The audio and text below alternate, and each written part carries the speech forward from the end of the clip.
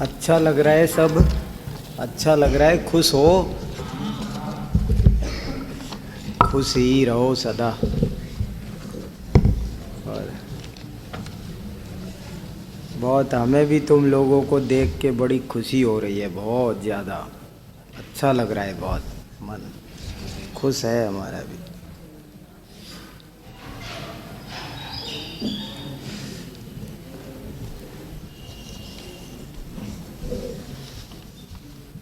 बड़ी बड़ी संस्थाओं में जाने से, महाविद्यालय, कोई एमबीए कॉलेज में प्रवेश मिल जाता तो भाग्यशाली थे कि महाविद्यालय में मिल गया। कितनी बड़ी बात है। देखो, बहुत अपन लोग कहाँ कहाँ किस किस गाँव से निकल निकल कर, जाने कौन सा भली होनहार थी जो यहाँ आ गए, नहीं तो कैसे क्या होता। तो किस भांति पदार्थ पाती, कहाँ लेते रहते। बहुत ही भाग्य की बात, बड़े भाग्य की बात है साहब, ये चीज़ें मिल गई। बहुत आनंद से अपने भाग्य की सराहना करते हुए पढ़ो। देखो, एक दफ़े तुम्हें इस चीज़ में आनंद और रुचि लगेगी ना, आनंद आने लगेगा, सब तुमको समझ में आएगा दुनिया में कितना दुख भरा हुआ है। बड़े बड़े राजा महाराजा सब दिखते हैं बाहर से, अंदर में कुछ नहीं है।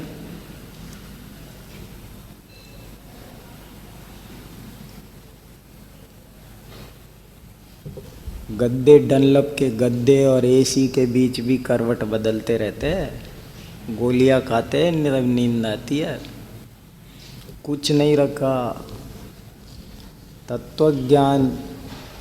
तत्वज्ञानम ही जीवानाम लोकद्वय सुखावहम।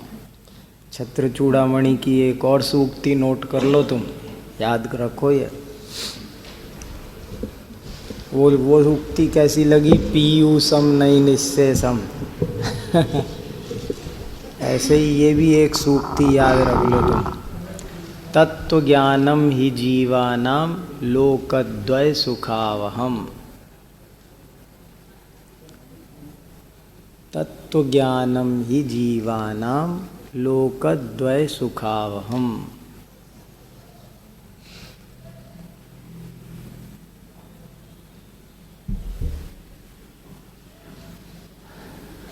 कुछ नहीं रखा दुनिया में, सब कुछ है, मगर अंडरस्टैंडिंग क्लियर नहीं है तो दुख ही दुख है। ये जिनवाणी पढ़ने से, जैन दर्शन पढ़ने से फ़ायदा क्या है? हमारी अंडरस्टैंडिंग क्लियर होती है, और अंडरस्टैंडिंग क्लियर होने से ही सुख है। बाकी कितना भी बड़ा पैसे वाला हो, अंडरस्टैंडिंग खराब है तो दुखी है वो आदमी। उसका चिंतन विकृत है ना, विकृत चिंतन उसे सदा दुख देता है। और ये तत्व ज्ञान से चिंतन निर्मल होता है, बुद्धि निर्मल होती है, तो उसे कुछ ना हो तो भी सुख शांति का अनुभव होता है। हमारी यूनिवर्सिटी में कुछ अजैन बच्चे पढ़ते हैं, और अजैन बच्चे ही ज़्यादा होते हैं। वो पढ़ पढ़ के जब जाते हैं और कभी मिलते हैं 10-5 साल बाद, तो हमसे ये कहते हैं, बोले गुरुजी, हमने नौकरी किसी और विद्या से कर रहे होंगे भले, हमने और भी कई विषय पढ़े, पर जीवन में काम तो आपका ही विषय आता है। ऐसे कहते, जीवन में काम तो आपका ही विषय आता है। एक बच्चे ने कहा, मैं पहले किसी भी विकलांग को देखता था तो हंसी उड़ाता था, और अब मेरे को लगता है मैंने जैन दर्शन नहीं पढ़ा होता तो मैं जीवन भर कितना पाप करता, मैं बहुत पाप करता मैं। बोले, मैं कोई विकलांग मिल जाए ना, किसी के थोड़े अंग नामकर्म का, अशुभ नामकर्म का उदय हो, मोटी नाक है या कान ऐसे है ऐसे, तो हम हंसी उड़ाते थे बहुत। और बोले, आपने जब से पढ़ाया, हमने तो ज़िंदगी में कान पकड़ लिए कि कभी भी किसी की हंसी नहीं उड़ाएंगे। ये आपने हमको बहुत बड़ा उपकार हमारे ऊपर कर दिया। कितने कितने खुश रहते हैं। एक बच्चा कहने लगा, बोले सर, हम तो नल खोलना ही जानते थे, बंद करना जानते ही नहीं थे। इतना पानी फैलाते थे। आपने समझाया कि भैया जल का एक जीव है, तो हमको कितना आनंद हो गया क्या बताएं। देखो, एक बहुत बड़े प्रोफेसर हैं जो आजकल लाडनू में चले गए, हमारे यहाँ यूनिवर्सिटी में पढ़ाते थे कभी, दामोदर शास्त्री, ब्राह्मण है वो और जैन दर्शन के प्रोफेसर है। तो एक दिन मेरे को अच्छी तरह याद है, बहुत सारे यूनिवर्सिटी में ब्राह्मण विद्वानों के बीच वो बैठे हुए थे, मैं पीछे कोने में बैठा था, किसी को पता नहीं था हम भी बैठे हैं। तो वो ब्राह्मण है ना, उनसे कह रहे थे दूसरे ब्राह्मण कि दामोदर जी एक बात बताओ, आपने जैन दर्शन पढ़ के क्या पाया? जीवन भर जैन दर्शन पढ़े, वो ब्राह्मण है ना सबके सब, वैदिक दर्शन ही पढ़ते पढ़ाते हैं। तो बोले आपने ये शादवाद पढ़ के क्या, आपने जैन दर्शन पढ़ के, जैन दर्शन ही पढ़ा, उसे वही पढ़ाया, जिंदगी भर आपको वही पढ़ाना पड़ा, तो आपको कैसा लग रहा है? अब रिटायर होने जा रहे हो, अब कैसा लग रहा है? सारी जिंदगी आपने जैन दर्शन में ही लगा दी, दूसरों के धर्म में। तो उन्होंने जो जवाब दिया ना, वो मुझे, इतने ब्राह्मणों के बीच उस आदमी ने जो जवाब दिया ना, वो मुझे कभी कभी बहुत रोमांचित करता है। उन्होंने जवाब दिया, मैं आपको सच बताऊंगा तो आपको विश्वास नहीं होगा, ये कहा उन्होंने। पहले तो क्या कहा, मैं आप जो प्रश्न पूछ रहे हो उसका मैं सही उत्तर दूंगा ना, तो तुम लोग विश्वास नहीं करोगे। नहीं, बोले बताओ तो सही। तो बोले सुनो, जैन दर्शन पढ़ना मेरे लिए तो कल्प वृक्ष से भी बढ़कर सिद्ध हुआ है, ये उनके शब्द है। क्या?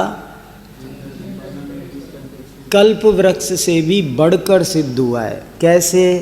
बोले देखो, मैंने जैन दर्शन पढ़कर जैन दर्शन का ही मैं लेक्चरर भी बन गया, प्रोफेसर बन गया, 50,000 रुपया महीना मेरे को तनख्वाह इसके आधार पर मिलती रही।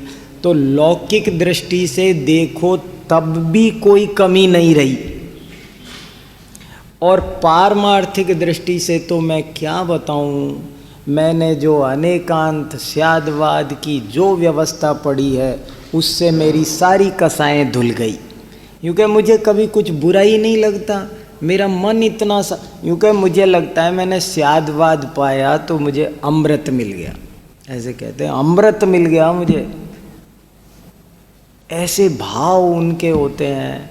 तो इसलिए जैन दर्शन पढ़ने से, ये तो एक प्रकार का विज्ञान है, ये कोई धर्म संप्रदाय नहीं है, ये एक प्रकार का साइंस है। जैसा है वैसा कहता है और वैसा ही हमसे करुणापूर्वक मानने का अनुरोध करता है। हमारी मर्जी हो तो मान लेना, मर्जी हो तो, बाकी इसका कोई और मतलब नहीं है, इतना ही इसका रूप है। चलो, ओम। देखो, अब हमारा सबसे खास प्रकरण है सर्वज्ञ सिद्धि, सबसे इम्पोर्टेंट प्रकरण है, जो सही पूछो तो न्याय ग्रंथों का मेरुदंड है। देखो, सर्वज्ञ सिद्धि पर तुम लोग लेख लिखो, कई लेख लिखो, तब जाके कई लेख लिखोगे, तब लेख एक बढ़िया बनेगा। सर्वम जानाति इति सर्वज्ञ है, जो सबको जानता है वो सर्वज्ञ है। और सर्वज्ञ है कौन है? इसका नाम है सिद्धि। सर्वज्ञ की सिद्धि, षष्ठी तत्पुरुष है, सर्वज्ञ की सिद्धि। और ये सर्वज्ञ सिद्धि किस प्रकरण में आती है? कौन सा प्रकरण है?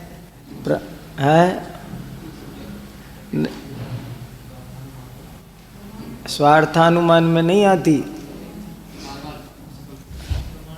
हाँ, प्रमाण के 4 चीजें समझाते हैं। न्याय, देखो सुनो, न्याय किसे कहते हैं?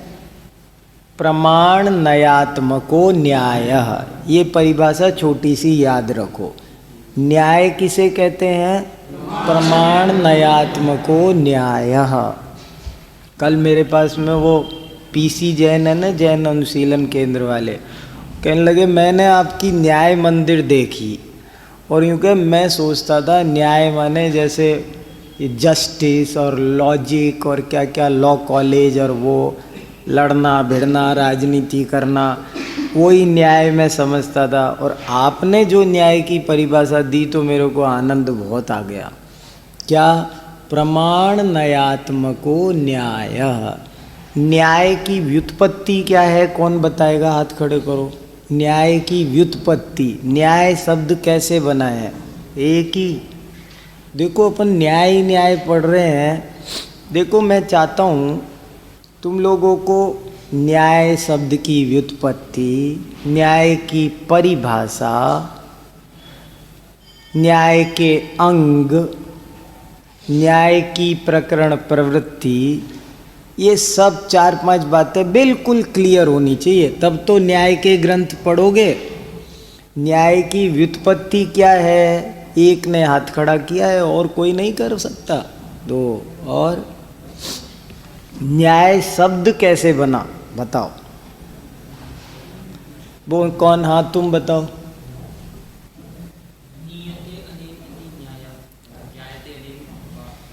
बहुत अच्छा। तो नी धातु का अर्थ जानना होता है। वेरी गुड, बहुत अच्छा बहुत अच्छा। बैठो। तुम यही बता रहे थे, कुछ और बता रहे थे? ठीक है। इसीलिए जब व्युत्पत्ति बताते हैं तो दूसरा पर्यायवाची भी रख देते हैं। अब जैसे इनने कहा नीयते अनेन इति न्यायः, जब आचार्य व्युत्पत्ति बताते हैं तो नीयते के साथ उसका पर्यायवाची भी बता देते हैं। नीयते, ज्ञायते, और भी कभी कभी तो 3, 4, 5 बता देते हैं, सरल हो जाए इसलिए। नीयते, ज्ञायते, परिच्छिद्यते, प्रमीयते, विज्ञायते, कितने ही कुछ लगाओ। अनेन, जिसके द्वारा जाना जाता है। और नी धातु प्राप्त करने अर्थ में होती है, ले जाने अर्थ में होती है, लेकिन जैसे जितने भी गत्यर्थक धातु होते हैं वे सब ज्ञानार्थक भी होते हैं, ऐसे ही ये प्राप्त करना, ग्रहण करना, इन सब का अर्थ भी जानना होता है। जैसे है ना, मैंने ग्रहण कर लिया। ग्रहण कर लिया माने जान लिया। ग्रहण करना माने, अब मैं आपसे पूछूं, मया किमुच्यते ग्रह्यते भवद्भिः किमपि ग्रह्यते। ग्रह्यते माने समझ रहे हो, जान रहे हो। ज्ञायते किमपि बुध्यते भवद्भिः। बुध्यते, ज्ञायते, ग्रह्यते, ये सब ऐसे ही नीयते। नीयते माने भी परिच्छेद्यते। आपको एक और गजब की बात बताऊं, आप परिच्छेद शब्द का बहुत अच्छा अर्थ है। परिच्छेद शब्द जैनों का अपना शब्द है। परिच्छिद्यते क्या बताएं, हमारी तो शब्दावली, मैं तो रोक लेता हूँ बात को, मेरे दिमाग में बहुत बात आ जाती है, मैं कहता हूँ अभी नहीं कह सकते, चुप हो जाओ, अपने को ही चुप कर देता हूँ मैं। परिच्छेदन शब्द का अर्थ क्या होता है? जानने में और परिच्छेदन शब्द में बड़ा अंतर है। जानना माने तो सिर्फ जानना होता है। परिच्छेदन का अर्थ होता है राग द्वेष रहित जानना। परिच्छिद्यते शब्द का समय सार में परिच्छित्ति शब्द आया है कई जगह, सर्व विशुद्ध ज्ञान अधिकार में। परिच्छिदन शब्द का अर्थ क्या है? राग द्वेष रहित जानना। ये देखो, तो नीयते, ज्ञायते, परिच्छिद्यते वस्तु तत्वम अनेन इति न्याय। ये परिभाषा अब सबको याद रहनी चाहिए, एक भी नहीं बचना चाहिए। मैं कल पूछ बैठूं तो सबको बताना पड़ेगा। क्या? नीयते, परिच्छिद्यते, ज्ञायते अनेन इति न्याय। नी धातु से दूसरा भी एक अर्थ, एक व्युत्पत्ति और भी है। अब एक तो ये व्युत्पत्ति याद रखो, दूसरी व्युत्पत्ति और एक है, नितराम ईयन्ते ज्ञायन्ते अनेन इति न्याय। नितराम ईयन्ते, नितराम सुतराम, स्पष्ट रूपेण सम्यक रूपेण, नी उपसर्ग पूर्वकात्, आय धातु से भी बनता है, इण धातु से भी बनता है। ये दोनों धातुएं न्याय में लग जाएगी। इण गतौ भी है और अय गतौ भी है। एक शब्द के लिए कितनी धातुएं हैं, संस्कृत में भंडार भरा पड़ा है। जाने के अर्थ में कितनी धातुएं हैं, हालांकि थोड़ा थोड़ा फर्क है, मगर है तो। अब यहाँ आय भी लगेगा और इण भी लगेगा, कोई दिक्कत नहीं है। नितराम ईयते ज्ञायते, तो ये न्याय की परिभाषा है। और लक्षण हमारे आचार्यों ने न्याय का क्या दिया, देखो याद रखना, भूलना नहीं। न्याय की व्युत्पत्ति बताइए, तो क्या बताओगे?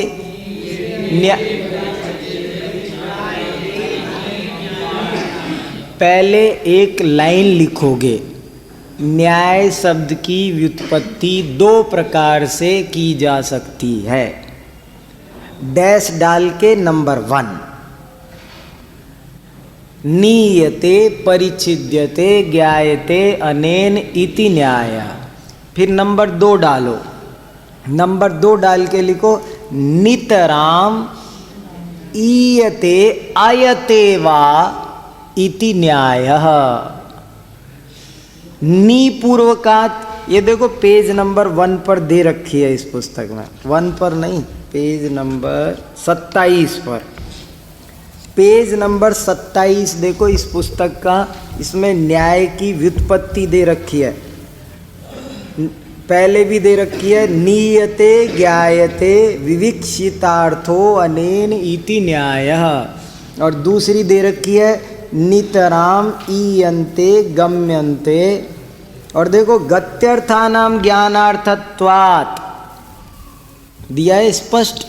तो ये एक तो आपको क्या करना है, न्याय की व्युत्पत्ति। अब किसी के समझ में नहीं आई हो तो बता दो, फिर मैं पूछूं तो अब मत बोलना कि हमें नहीं आई। सब कौन सी, ये रही ने पहली, तो ऊपर ये रही, दोनों एक साथ दे रखी है। और भी कई है, लेकिन देखो 2 तो कम से कम याद हो। इन्होंने देखो 3 व्युत्पत्तियां की है, बड़ी सुंदर सुंदर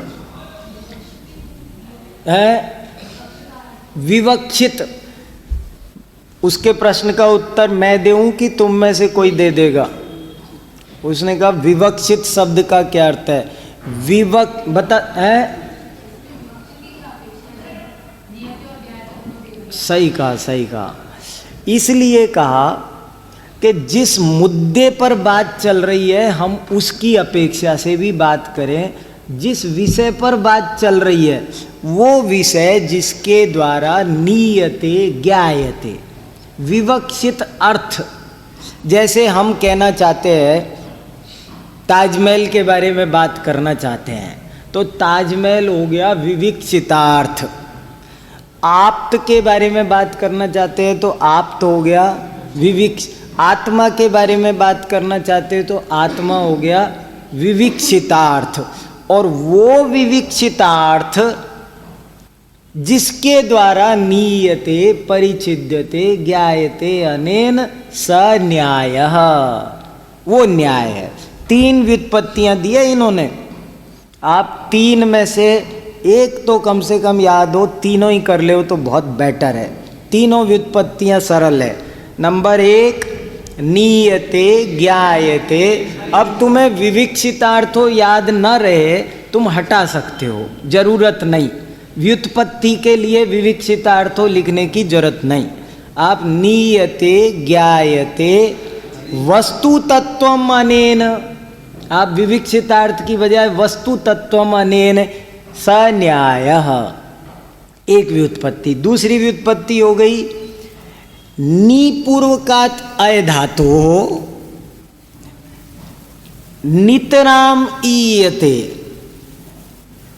नितराम ईयन्ते, ईयन्ते गम्यन्ते, गम्यन्ते ज्ञायन्ते, ये दूसरी परिभाषा हो गई।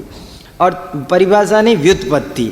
और तीसरी व्युत्पत्ति और भी बढ़िया कर रखी है। नी का अर्थ किया उन्होंने निश्चितम च निर्वादम च वस्तु तत्वम ईयते अनेन इति न्यायः। अब सबके समझ में आई। अब मैं एक बात पूछता हूँ, चलो ठीक है, नी उपसर्ग हो गया, अय धातु हो गया, फिर न्याय कैसे बना? सबको पता है, बता सकते हैं? संधि हुई है। कौन सी संधि हुई है तुम बताना जरा, रुक जाओ, तुम बताओ। हाँ लाल जैकेट, हाँ तुम बताओ कैसे बना? हमने इतनी बात कर ली। राजा बोलो, क्या नाम तुम्हारा? अनेकांत। ये बड़ा प्यारा नाम, बताओ। शाबाश, वेरी गुड, बहुत अच्छा, बहुत अच्छा। यही जवाब सुनना चाह रहा था मैं अभी अनभिज्ञ हूँ ना, सो शक कर लेता हूँ तुम्हारी योग्यता पर कि पता नहीं आता होगा कि नहीं। बता दिया, शाबाश। मैंने सोचा ये भी कहीं कोई ये ना सोचता रह जाए कि ये नी भी हो गया, आय भी हो गया, अभी भी न्याय बना कैसे? तो नी और आय को मिलाया तो क्या हुआ? हो गया, हो गया। नी और आय मिलाएंगे तो न्याय हो जाएगा। उसके बाद घय प्रत्यय और लगेगा। नी उपसर्ग, आय धातु, घय प्रत्यय। घय प्रत्यय में यित संज्ञा होकर आदि वृद्धि होगी। आदि वृद्धि होने से न्याय बनेगा, वो न्याय बनेगा। देखो तो मैं बताऊं एक बार,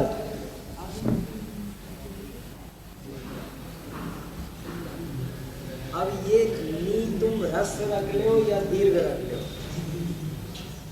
अब ये जो नी है ना, इस नी को तुम ह्रस्व रख लो चाहे दीर्घ रख लो।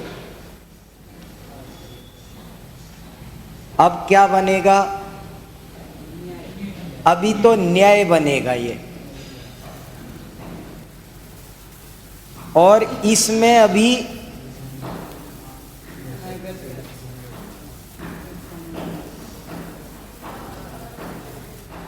है कि नहीं? अब जाकर के ये जाएगा, ये जाएगा, इसमें से अ बचेगा और वो ए यहाँ मिलेगा और आदि वृद्धि होकर के न्याय बनेगा। समझ में आया सबके? अब तो नहीं कोई मैं पूछूं तो क्लियर है ना? वैसे ही बता दोगे, पर अच्छा किया, ये क्लियर होना चाहिए है। एक तो हो गया न्याय की व्युत्पत्ति। 3 व्युत्पत्तियां हैं आपके पास। जीवन भर सुखी रहोगे। कभी भी छोटे प्रश्न आदमी को हरा देते हैं। बड़े सुनो, इंटरव्यू में कठिन प्रश्न नहीं बताओगे कभी फेल नहीं होगे। याद रखना, इंटरव्यू लेने वाले भी जानते हैं सवाल कठिन था, नहीं बताया तो कोई बात नहीं। आप जीवन भर 5 साल न्याय पढ़ के जाओ, हम जानते हैं इंटरव्यू में ये पूछ लेते हैं न्याय शब्द की व्युत्पत्ति बताओ, फिर यूँ गिनते हैं ऊपर क्या वो देखें क्या बोले, फिर कहते तुमने क्या खाक पढ़ा?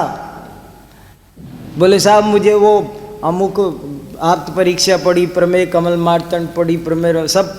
अरे न्याय की व्युत्पत्ति बताओ ना। बोले साहब वो नहीं पता। बस इतने में फेल होते हैं। छोटे प्रश्न आपको जरूर जल्दी फेल करते हैं, बड़े प्रश्न नहीं बता पाए तो कोई बात नहीं। अरे भैया सब सर्वज्ञ होते हैं क्या? इंटरव्यू लेने वाले भी जानते हैं। तो नंबर 1 न्याय की व्युत्पत्ति। अब न्याय का लक्षण बताओ।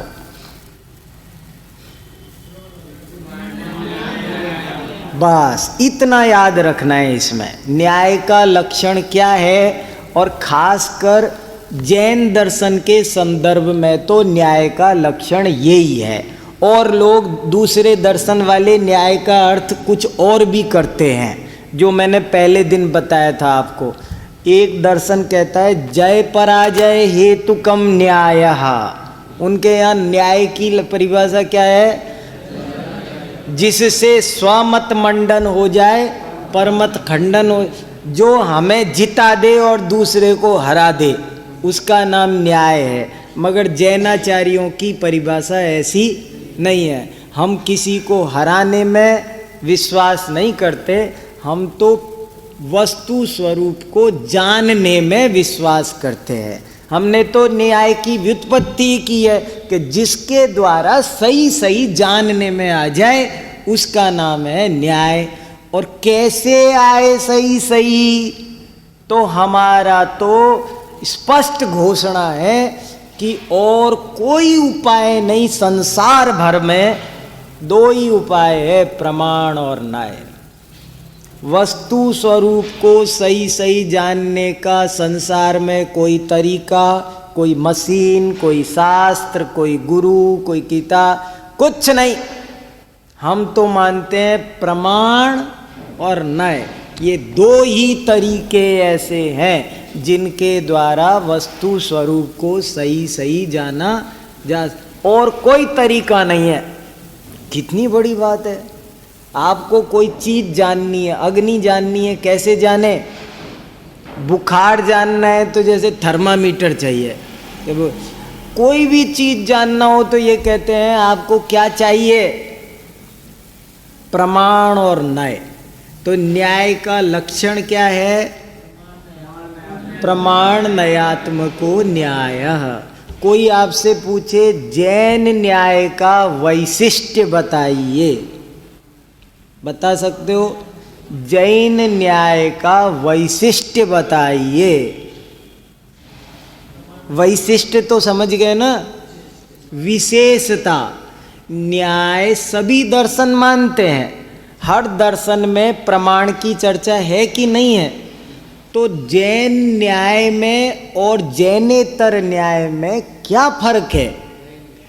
जैसे आपसे कोई पूछे जैन दर्शन का वैशिष्ट्य बताइए, तो क्या बोलोगे? अनेकांत। सब दर्शन एकांतवादी हैं, जैन दर्शन अनेकांतवादी है। ऐसे और भी जो जो बातें दूसरे दर्शन नहीं मानते। प्रत्येक आत्मा परमात्मा बन सकता है, ये बात दुनिया का कोई दर्शन नहीं मानता, जैन दर्शन मानता है। ये जैन दर्शन का वैशिष्ट्य है। ऐसे ही जैन न्याय का क्या वैशिष्ट्य है?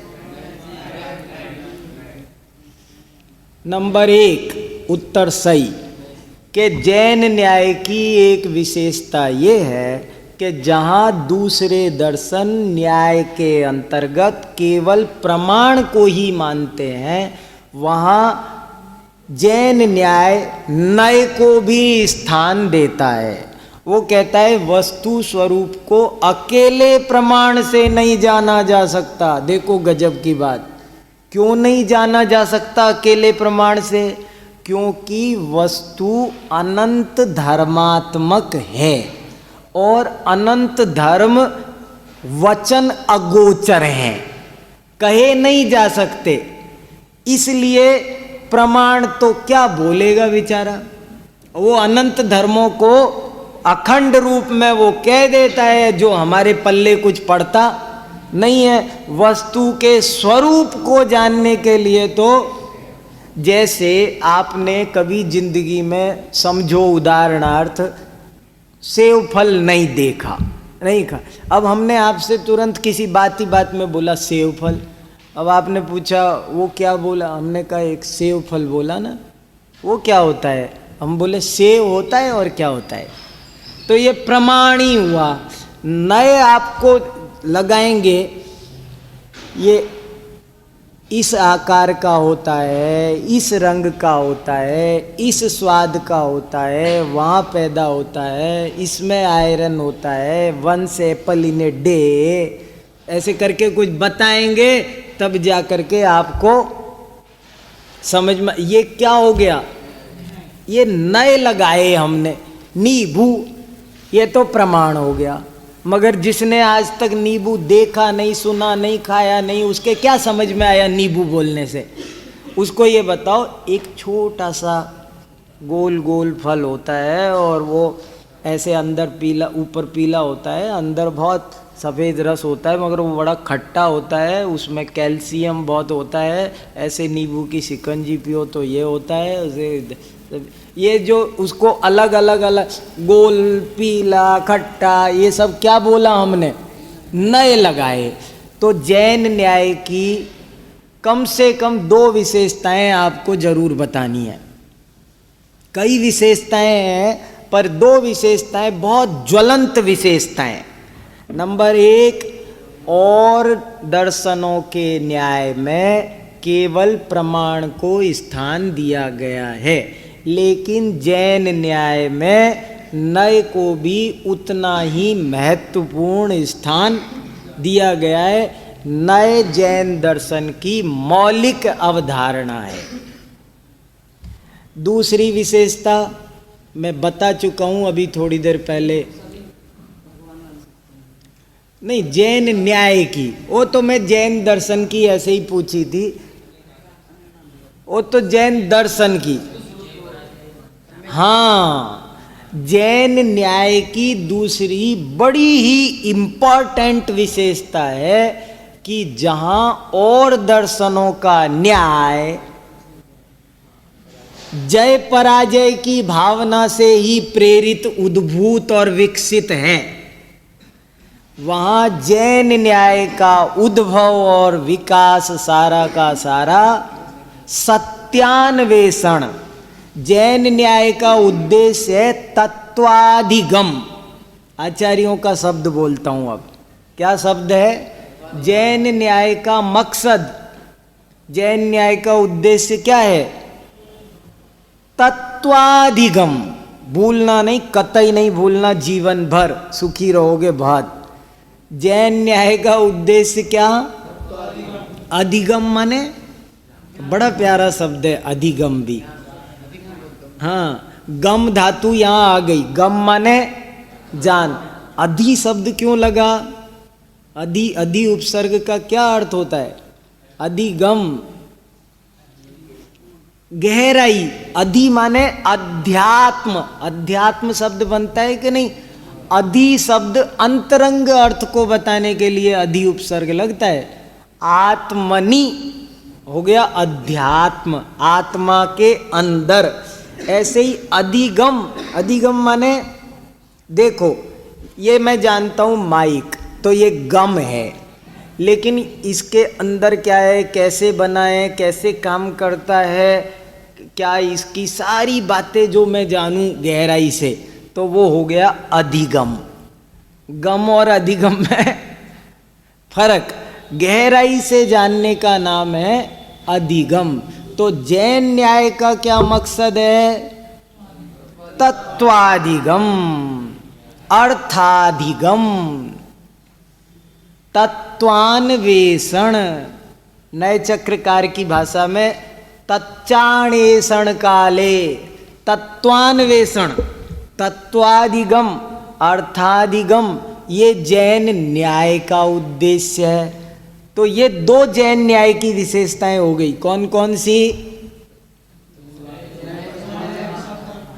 कि ये नए को भी मानता है, और नंबर दूसरी, इसका उद्देश्य तत्वाधिगम है। जय पराजय साइड इफेक्ट है, जो गलत चीज का सहारा लेगा वो हार जाएगा, हमें कोई दिक्कत नहीं। हमारा तो सिद्धांत वाक्य है सत्यमेव जयते।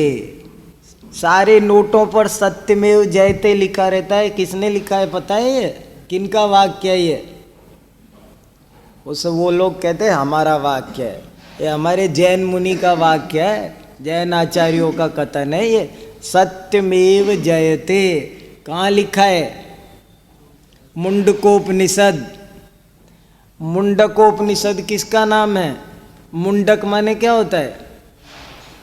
मुंडन करने वाले दिगंबर मुनि महाराज को कहते हैं मुंडक। मुंडकोपनिषद बताओ, मुंडकोपनिषद क्या है? जैन मुनियों की, सारा पढ़ो जैन मुनियों की, और उसमें सत्यमेव जयते है ये सारा का। अब तीसरा सवाल, न्याय के अंग। जैन न्याय के कितने अंग है? या कितने अवयव है? बताओ, स्पष्ट है? अरे अब वो तो रही है बात सारी। जैन न्याय के 2 अंग है, प्रमाण और न्याय, यही 2 अंग हैं इसके। न्याय के, जैन न्याय के 2 अंग है, एक प्रमाण और दूसरा न्याय। ये 2 न्याय के अंग है। प्रमाण न्यायात्मको न्याय। इस तरह से 2-4 बातें, न्याय की व्युत्पत्ति, न्याय का लक्षण, न्याय का उद्देश्य, न्याय के पर्यायवाची बता सकते हो? न्याय को और किन किन नामों से जाना जाता है? देखो पेज नंबर 11, देखो पेज नंबर 11। न्याय के पर्यायवाची सुनो, देखो, परीक्षा, अन्वीक्षा, आन्वीक्षिकी, युक्ति, समीक्षा। अब समीक्षा है, ये पुराना है, आजकल के भाषा में कहो तो आलोचना, समालोचना, ये सब नाम भी वास्तव में न्याय के ही नाम है। ये पुस्तक की समालोचना करो, आलोचना करो। आलोचना समालोचना माने सम्यक प्रकारेण, सम और आ उपसर्ग पूर्वकात लुच धातु, देखने अर्थ में लोचन, सम्यक प्रकार से देखना। परीक्षा माने भी परिसमन्तात ही क्षणम परीक्षा, सारे शब्द वही अर्थ रखते हैं। तर्क विद्या, वाद विद्या, हेतु विद्या, हेतुवाद, हेतु मार्ग, न्याय, नीति, औचित्य, विवेक, विचार, चिंतन, परख, ये सारे शब्द न्याय के हैं। अब इतना ज्ञान, और जब भी कोई विषय उठाओ और भूमिका में एक भी बात कह दो तो पढ़ने वाला पहले ही पैराग्राफ से प्रभावित हो जाएगा। आगे के भी, कल कोई कह रहा था पैराग्राफ को हिंदी में बोल रहा था कोई परिच्छेद, तो मैंने कहा भैया परिच्छेद नहीं बोलो, पैराग्राफ का अनुवाद परिच्छेद नहीं होता, पैराग्राफ का अनुवाद अनुच्छेद होता है। क्या फर्क है अनुच्छेद और परिच्छेद में? Very good. परिच्छेद का के लिए अंग्रेजी का शब्द लाएं तो जैसे अनुच्छेद के लिए पैराग्राफ, ऐसे ही परिच्छेद के लिए अंग्रेजी का शब्द है चैप्टर। परिच्छेद तो चैप्टर को कहते हैं, लेसन को कहते हैं, और पैराग्राफ को बोलते हैं अनुच्छेद। तो पैराग्राफ का अनुवाद मैंने कह दूँ इस तरह से। ये 4-6 बातें तैयार करके अब देखो उधर। अब ये सर्वज्ञ सिद्धि तुम्हें कितने अच्छे से समझना जरूरी है। देखो यहाँ थोड़ा नज़र डालो, बहुत मन लगा के पेज नंबर 47 पर, प्रश्न संख्या 28 पर बिल्कुल मन लगाओ। क्या सर्वद्रव्यों और उनकी सर्व पर्यायों को प्रत्यक्ष जानना संभव है? एक प्रश्न। देखो किसी के भी मन में, दुनिया में आपको ऐसे कहने वाले बहुत मिलेंगे, साहब ज्ञान का कोई अंत नहीं है। क्या कहते हैं साहब? सब आदमी, कोई कभी, साहब ये तो कभी पूरा हो ही नहीं सकता, ज्ञान का कोई अंत। एक अपेक्षा से एक सीमा तक तो ये बात ठीक है, लेकिन हम इस बात को सर्वथा नहीं मान सकते, क्योंकि हम सर्वज्ञ को मानने वाले हैं। जो लोग कहते हैं ना, हम उनकी हाँ में हाँ ज़्यादा नहीं मिला सकते, एक अपेक्षा सकते हो ठीक है भैया, लेकिन कोई ऐसा हो ही नहीं सकता, ऐसा हम नहीं मान सकते। हम तो कहते हैं हाँ संभव है। क्या सर्वद्रव्यों और सर्व पर्यायों को प्रत्यक्ष जानना संभव है? कोई के साहब अनंत द्रव्य, उनकी अनादिकाल की पर्यायें, अनंत काल की पर्यायें, और वो सब एक साथ, एक समय में एक साथ प्रत्यक्ष। अरे साहब कहीं ये भी कहीं पॉसिबल है? एक तो कई तो बड़े बड़े विद्वान ऐसे चक्कर खा जाते, अरे भैया ऐसे ही अतिशयोक्ति अलंकार है, तुम समझा करो। क्या कहते हैं? अतिशयोक्ति अलंकार है, ऐसे ही कह देते, तुम ज्यादा वो मत किया करो। इसको ऐसे की ऐसे ही समझने की कोई जरूरत नहीं है। जो बात अभिधा में कही है उसमें चालाकी दिखा रहे हैं, और जो लक्षणा व्यंजना में कही गई होती हैं उनको अभिधा में समझ लेते हैं। वो सचमुच ही है ना, सूपनखा की नाक काट देंगे। अरे भैया वो तो नाक काटना मुहावरा है, तुम्हें वो लक्षणा व्यंजना में कहा था और तुम समझ रहे हो उसे। सारे रामलीला के मंचों पर जाओ, सभी धड़ाल्ले से नाक काटते दिखाते हैं। बताओ, बेचारे इतने सज्जन को बदनाम करते हैं, राम लक्ष्मण को। देखो तो क्या बोले क्या, और तर्क देखो। अब इस तर्क पर तुमको ठहर जाना है, इसको पकड़ना है। वो कह रहे हैं हाँ संभव है, जैनाचार्यों के तर्क अकाट्य। अब तुम कोशिश करो काटने की। देखो तत्व न्याय पढ़ना हो ना तो थोड़ा सा 2 मिनट विपरीत चलना सीखो। एक उपस्थापन न्याय होता है, नाना प्रकार के न्याय होते हैं ना, ऐसे ही एक न्याय होता है उपस्थापन न्याय। उपस्थापन न्याय होता है, एक होता है प्रत्युपस्थापन न्याय। चलो तुम्हारी बात मान के देख लेते हैं 1 मिनट के लिए। हाँ अब मान तो ली, मगर ये आपत्ति आ रही है इसलिए हम तो नहीं मान रहे। और एक होता है प्रत्युपस्थापन न्याय। वो क्या करता है कि सही बात का भी एक बार विरोध करके देखो, कहो हम नहीं मानते। किसी ने कहा कि आत्मा ज्ञान स्वभावी है, बोले कहाँ है, जबरदस्ती नहीं, मैं नहीं मानता। आप बहस करो उससे, आप थोड़ा विरुद्ध में भी चल के देखो तो आपको उसमें शंकाएं समझ में आएगी, स्पष्ट होगा। तो यहाँ कहते हैं हाँ संभव है, क्योंकि ये क्योंकि मजेदार होता है न्याय का। क्योंकि सर्वद्रव्य और उनकी सर्वपर्याय अनुमेय हैं, इसी को शॉर्ट में कहते हैं अनुमेयत्वात्। सर्वद्रव्य पर्याय प्रत्यक्ष हो सकते हैं, तो कहते हैं हाँ हो सकते हैं। क्यों? अनुमेयत्वात्, क्योंकि जगत का हर द्रव्य और हर पर्याय अनुमेय है। एक भी द्रव्य, एक भी गुण, एक भी पर्याय ऐसी नहीं है जो अनुमेय ना हो। क्या तर्क लाए, बोले वो अनुमेय है। अब हमें समझना है, महीनों लग जाएंगे इस बात को समझने के में। और वो कह रहे जो जो अनुमेय होता है वो प्रत्यक्ष अवश्य होता है। लो अब इस लाइन को समझना आसान है क्या? हमें एक गुरुजी पढ़ाते थे, वो यूं कहते थे चने हैं लोहे के चने, और वो भी दांत से नहीं चबाने, नाक से चबाने हैं। क्या देखो क्या जरा सी लाइन समझ में आ रही है। जो जो अनुमेय होता है वो प्रत्यक्ष अवश्य होता है।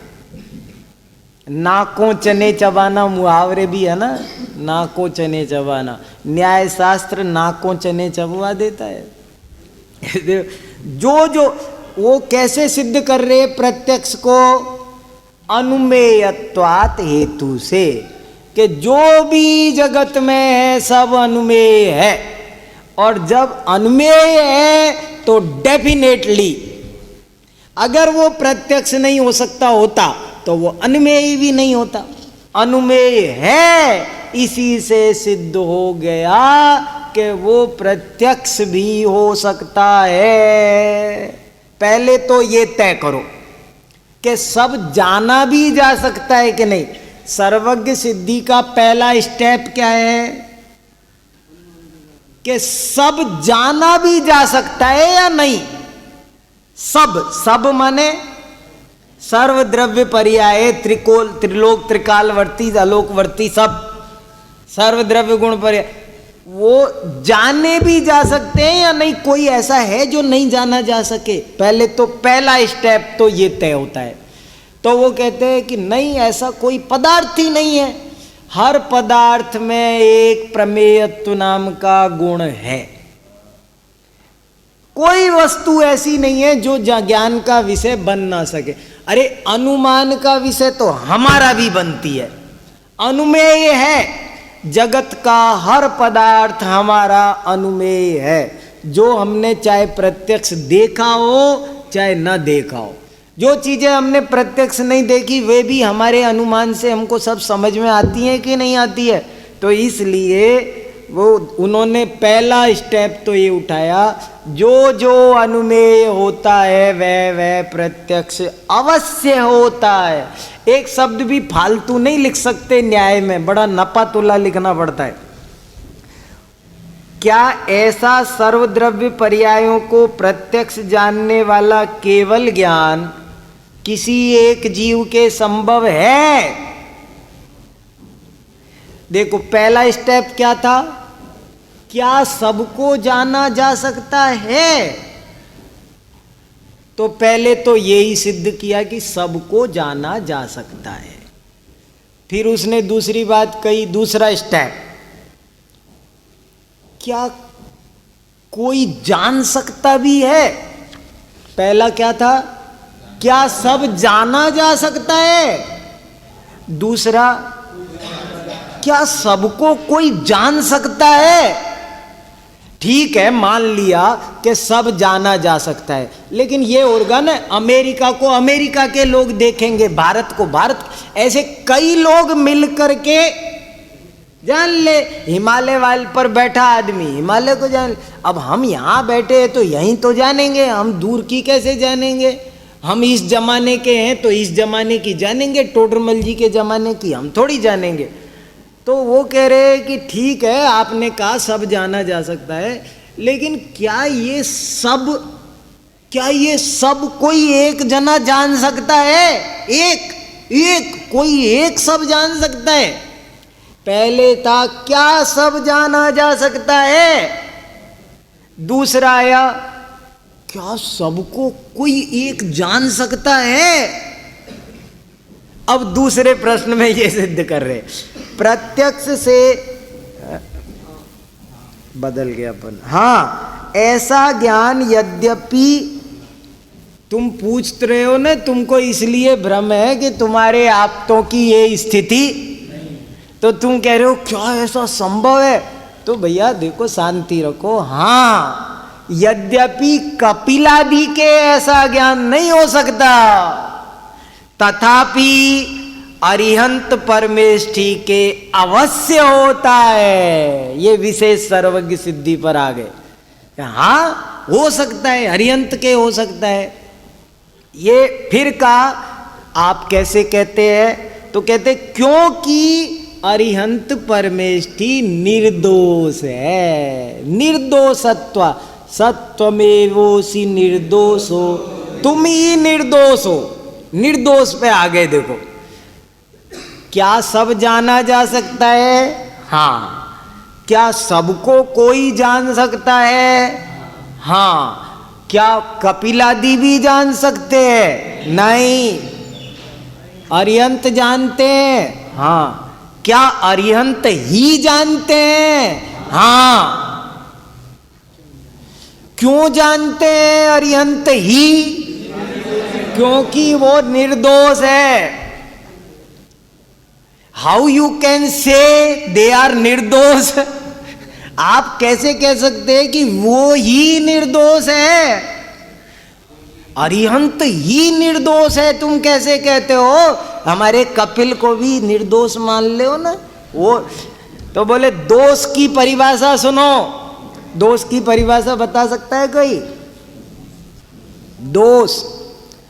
दोषावरण योहानी निशेषास्त्यतिशायनात्। दोष और आवरण दो शब्द आए, क्या फर्क है दोष और आवरण में? रागादयो दोषा और ज्ञानावरणादय आवरणा, ये फर्क है। तो कहते अरिहंत ही निर्दोष है। देखो प्रश्न पढ़ो, अरिहंत परमेष्ठी निर्दोष है, इसका क्या हेतु है? कैसे कहते हो आप? अर्यंत ही निर्दोष है, ही लगा रहे हो? हाँ लगा रहे हैं। वो हमें कमजोर कर साहब, आप थोड़ा ऐसे के अर्यंत ही जोर लगा रहे हैं। हाँ ही, बोले कैसे? अर्यंत परमेष्टि निर्दोष इसलिए है क्योंकि उनके राग द्वेष एवं अज्ञान नहीं है। दोषा रागादयो अज्ञानादयश्च, ये दोष है और ये इनके ही नहीं है। तो आप कैसे कहते हो उनके राग द्वेष? यहां फिर एक प्रश्न बन सकता था, आप कैसे कहते हो उनके राग द्वेष और अज्ञान नहीं है? दो चीजें पकड़ी, एक राग द्वेष, एक अज्ञान। बोले दो चीजें हैं, ये अर्यंत के नहीं है, कैसे कहते हो? बोले क्योंकि उनके वचन युक्ति और शास्त्र से अविरोधी है। क्या वचन से सर्वज्ञ सिद्धि की? उनके वचन युक्ति से खंडित नहीं होते, उनके वचन शास्त्र से खंडित नहीं होते। उनके द्वारा प्रतिपादित संपूर्ण वस्तु व्यवस्था प्रमाण सिद्ध है, उसमें कहीं किसी प्रमाण से बाधा उत्पन्न नहीं होती है। उनके उपदेश से, उनकी वाणी से हम सिद्ध कर सकते हैं कि वो व्यक्ति राग द्वेष और अज्ञान से रहित है। वो ही तुम्हारे उपदेश से हम सिद्ध कर सकते हैं कि तुम रागी द्वेषी और अज्ञानी हो। कपिल रागी द्वेषी और अज्ञानी है, हम कैसे कह सकते हैं? देखो राग द्वेष और अज्ञान तो अमूर्तिक चीज है, अंदर की चीज है। मैं क्या जानूं किसके अंदर क्या है? तुम्हारे मन में क्या चल रहा है मुझे क्या पता? राग द्वेष अज्ञान जाने जा सकते, किसी दूसरे के जाने जा सकते? ये कह रहे हाँ जाने जा सकते, हम बताएंगे, हम तुम्हारे कपिल के अंदर राग द्वेष और अज्ञान है। आई नो, मुझे पता है, मैं जानता हूं, मुझे पता है। और इनके अंदर नहीं है, मुझे पता है कि इनके अंदर। कैसे? इनकी वाणी बता रही है, साफ साफ बता रही है कि इनके अंदर राग द्वेष और अज्ञान नहीं है। उनकी वाणी बता रही है साफ। झूठ दो ही वजह से बोला जाता है, तीसरा कारण संसार में कोई नहीं। कितनी बड़ी बात कही देखो। तो बोले यह केवल ज्ञान अर्यंत के अतिरिक्त कपिलादि में क्यों नहीं पाया जाता? क्योंकि वे निर्दोष नहीं है, अपितु सदोष हैं। कितने ठाठ से बोला जा रहा है, कोई कमजोरी दिख रही बोलने में? यहां फुल स्टॉप नहीं लगाया, क्योंकि वे निर्दोष नहीं है, फुल स्टॉप नहीं लगाया, अपितु सदोष हैं। कह के चुप होंगे ना, हमें कोई डर है फांसी लटकाएगा हमें कोई? जो बात है हम साफ कहते हैं, ये बात है। देखो न्याय शास्त्र इतनी मजबूती से अटल श्रद्धा करना सिखाता है। देखो कितनी बढ़िया बात कही, राग द्वेष और अज्ञान दोष है, ये पकड़ में आनी चाहिए। देखो वे सदोष हैं, इसका क्या हेतु है? वे सदोष इसलिए हैं क्योंकि उनके राग द्वेष एवं अज्ञान है, उनके वचन युक्ति एवं शास्त्र के विरुद्ध है। वे जो कुछ बात कहते मैं काट के दिखाता हूं, क्या बोल रहे हो? बोलते क्या है? वो उनके वचन युक्ति शास्त्र से कट जाते हैं। एक तरफ तो कहते हैं भगवान सर्वज्ञ होते हैं, एक तरफ कहते हैं ज्ञान अपने को नहीं जानता। अरे अपने को नहीं जानता तो कैसे सर्वज्ञ हो जाएगा? सर्वज्ञ, सर्वज्ञ क्या? फिर तो अपना बच जाएगा ना, वो एक तो बच जाएगा, 1 - सर्वज्ञ होगा वो। फिर तुम कैसे कहते हो परस्पर विरुद्ध बातें? इसलिए उन्होंने जोर देकर यहाँ पर सर्वज्ञ सिद्धि बहुत अच्छे से की है। एक दफे आपको इसमें आनंद आ जाएगा, आप जिंदगी में भूल जाओगे रस और क्या होता है। जैसे कादम्बरी रस ज्ञानम आहारोपि न रोचते, कादम्बरी का रस लग जाए तो फिर भोजन अच्छा नहीं लगता। ऐसे ही जिसको न्याय शास्त्र में रस लग जाएगा ना, वह आपको फिर हल्की फुल्की बातें पसंद नहीं आएगी। अब हम कभी किसी का कुछ सुनते हैं ना, हमें लगता है क्या फालतू बोले चले जा रहा है, चुप तो बैठता नहीं, ऊट पटांग बोले चला जा रहा है। प्रामाणिक बथन, एक एक बात बड़ी प्रमाण से कही जा रही है। बस आज इतना ही रहने दो।